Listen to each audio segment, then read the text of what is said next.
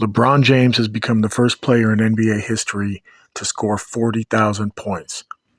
It happened last Saturday night in a loss to the Denver Nuggets. That is neither here nor there. Nobody scores 40,000 points by accident. He's also got 11,000 plus assists, 10,000 plus rebounds. These are all impressive accolades to be sure. Now, there are some people who are discrediting the 40,000 point achievement, and you have others that are kind of overblowing it, if that can be a thing. Now, like I said, nobody's going to score 40,000 points by accident, and it may be a long time until someone gets there. We all know when LeBron surpassed Kareem's all-time scoring record last season. It's a record that Kareem had held since the 80s. So just remember that. Now, to put things in perspective, in 2003, 2004, the NBA average field goal attempts per game was 79.8, 80 per game. The average 3 points attempted in a game was 15, and the average points per game was at about 93, with a pace of 90 possessions per game.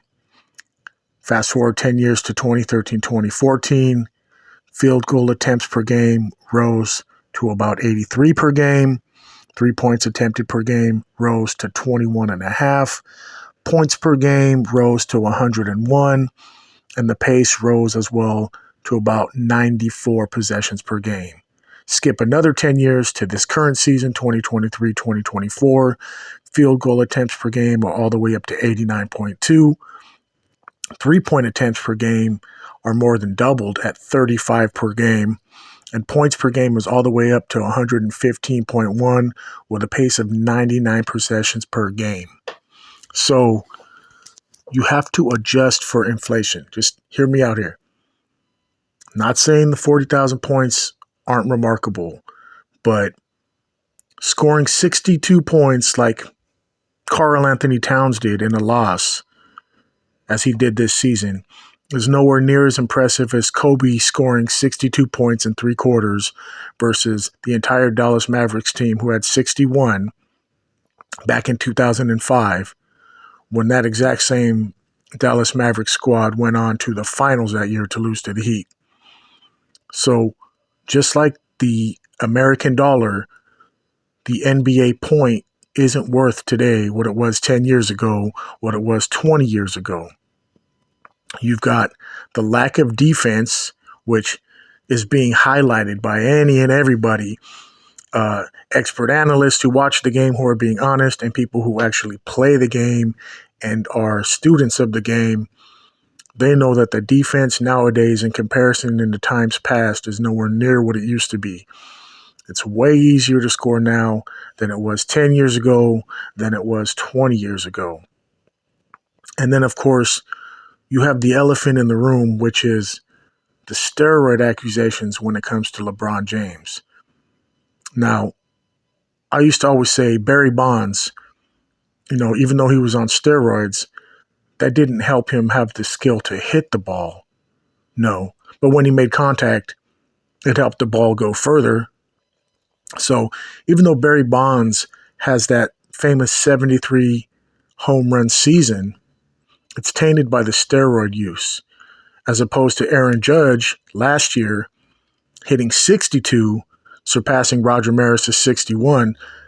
Aaron Judge's 62 are more revered and more respected because he did it without being on steroids. So there's no proof that LeBron is on any steroids, but you've got Chael Sonnen, you've got Kevin Garnett, you've got people suggesting and outright accusing LeBron of being on steroids.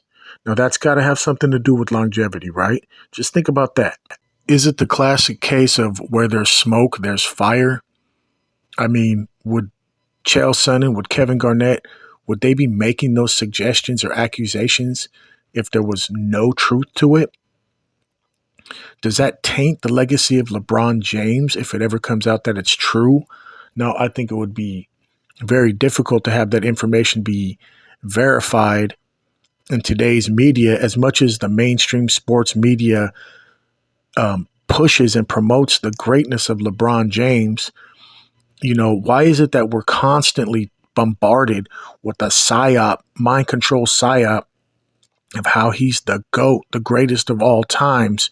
We should be able to see that with our own eyes and come to that conclusion with our own logic.